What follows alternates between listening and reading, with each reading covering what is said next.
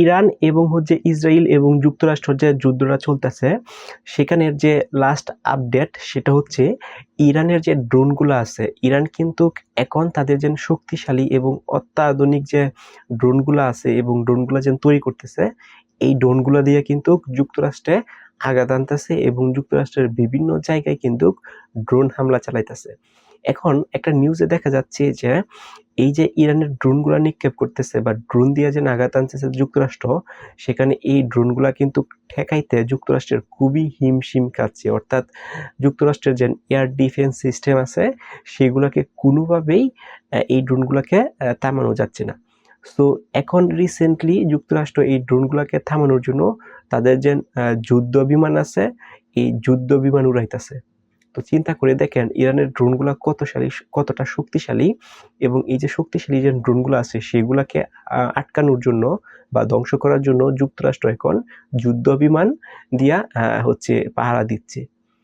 So বলাই যায় যে ইরানের ড্রোনগুলো খুবই শক্তিশালী, কারণ আপনারা দেখে দেখবেন যে শুধুমাত্র যুক্তরাষ্ট্র না, সৌদি আরব, সংযুক্ত আরব আমিরাতে যে যুদ্ধগুলো চলতেছে, যুদ্ধগুলো বা আক্রমণগুলো করতেছে ইরানে, সেখানে কিন্তু ব্যালিস্টিক মিসাইল ওরা নিক্ষেপ করতেছে না, ওরা কিন্তু নিক্ষেপ করতেছে ড্রোন। অর্থাৎ ওদের যে অত্যাধুনিক যে ড্রোনগুলো আছে, এই ড্রোনগুলো ব্যবহার করেই কিন্তু ওই দেশগুলোর যে বিভিন্ন স্থাপনা আছে এবং গুরুত্বপূর্ণ প্লেসগুলো আছে সেখানে কিন্তু আক্রমণ করতেছে।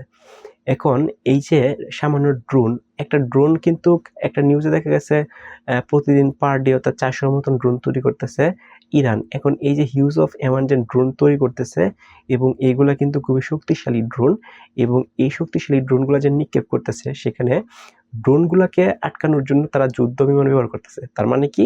তার মানে হচ্ছে ইরানের যে ড্রোনগুলো ব্যবহার করতেছে, তার চেয়ে অনেক অনেক অনেক বেশি টাকা ব্যয় করে কিন্তু এই ড্রোনগুলোকে তারা আটকাইতেছে, সেখানে যুদ্ধ বিমান পর্যন্ত ইউজ করতেছে।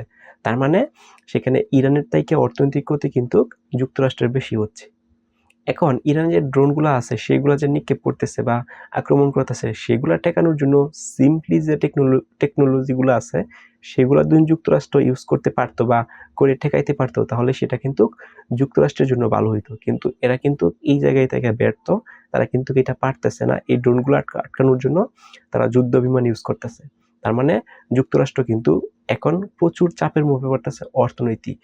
একদিকে হরমুজ প্রণালী বন্ধ, এবং হরমুজ প্রণালী বন্ধ থাকার কারণে কিন্তু এই যে তেলগুলো আছে, তেলগুলো কিন্তু সাপ্লাই হচ্ছে না।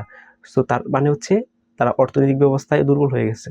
অন্যদিকে ইরান কিন্তু অর্থনৈতিক ব্যবস্থা আরো ভালো করতেছে, কারণ হরমুজ প্রণালী দিয়ে যে জাহাজগুলো আসতেছে বা তেলবাহী যে ট্যাঙ্কার জাহাজগুলো আসতেছে, তাদের কাছ থেকে ট্যাক্স নিতেছে, একটা হিউজ অফ অ্যামাউন্ট ট্যাক্স নিতেছে। তার মানে তাদের অর্থনৈতিক ব্যবস্থা ভালো হচ্ছে, এবং যুক্তরাষ্ট্রের যে পণ্য দ্রব্যর যে অর্থনৈতিক ব্যবস্থা সেটাও খারাপ হচ্ছে, এবং তাদের যে টেকনোলজির দিক দিয়ে গিয়া ইরানের যে টেকনোলজিগুলা পাঠাইতেছে বা ব্যালিস্টিক মিসাইল বলেন বা ড্রোন বলেন, এগুলাকে প্রতিহত করার জন্য তারা যে টেকনোলজিগুলো ইউজ করতেছে, সেগুলো আরো বেশি কস্টলি টেকনোলজি ইউজ করতেছে। তার মানে ওভারঅল চিন্তা করে দেখা যাচ্ছে যে যতই দিন যাবে ততই কিন্তু যুক্তরাষ্ট্রের অর্থনৈতিক ডাউন হবে এবং ইরানের অর্থনৈতিক আরো সামনের দিকে এগিয়ে যাবে, এবং যুদ্ধটা কিন্তু এটা ইরানের প্রতিকূলে আছে এবং যুক্তরাষ্ট্রের অনুকূলে আছে।